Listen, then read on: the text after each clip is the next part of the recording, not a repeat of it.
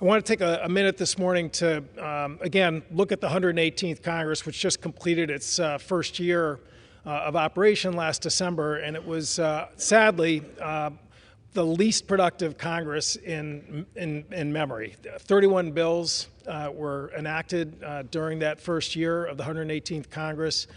Again, that is a fraction of the number of bills that have been introduced in this Congress that now surpasses 7,000 bills which were introduced in the House and a comparable number in the Senate. Obviously, a lot of the year was consumed with a lot of inter-party fighting with the majority party, but now with really a year left, it's our duty to try and find bipartisan measures that are actually going to help this country and address real problems for Americans. The good news is a week ago Friday, the Ways and Means Committee reported out H.R. 7024, which again is a bill aimed at making corrections and improvements to the tax code that, again, are long overdue. There are three basic pieces to it. Number one, it reinstated the child tax credit, which had been wiped out after ARPA expired. And again, this will basically take roughly 500,000 children out of poverty.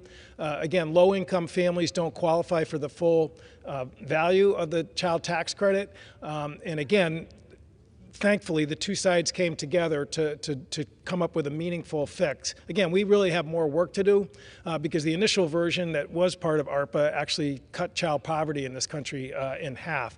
The second thing it did is it expanded the low-income housing tax credit. We have a desperate need for more housing supply in this country.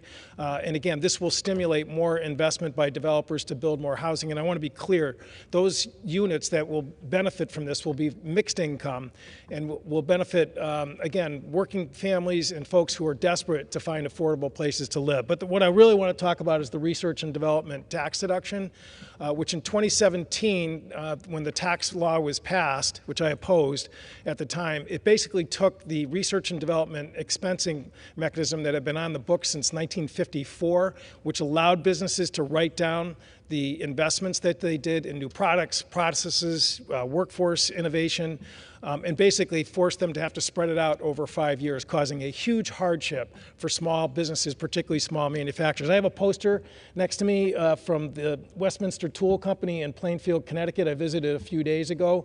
This is a firm with 35 workers.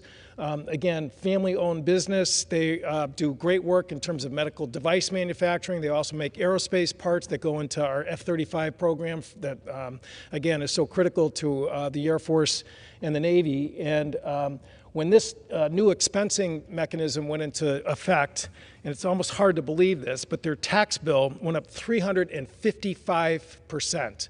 Again, for companies like this who don't have cash reserves to continue innovating in terms of new products and processes, which, again, Westminster Tool does, this is just basically a wipeout in terms of their ability to invest. And this is showing up across the country. It was a terrible decision back in 2017. This bill will, again, resume having the annual expensing mechanism, which will allow this company, and again, it's a picture with Ray Coombs, who's to my immediate right there, the owner, and his two daughters and his son, Colby, who, again, are running the business. And behind him is the president of the Eastern Manufacturing Alliance, which, again, has been desperately asking Congress to go back and fix this ridiculous change which took place in the 2017 tax bill. So again, this is a pro-growth measure which is going to allow companies like this to get back on track in terms of innovation, which is so important for us to keeping ahead of our global competitors,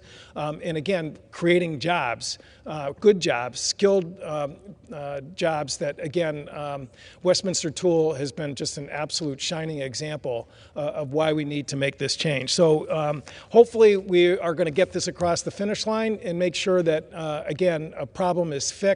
We could do more. There's no question about it. But the fact of the matter is, in this Congress, we got to take W's where we can and victories where we can to address real problems for companies like Westminster Tool. Mr. Speaker, I yield back the balance of my time.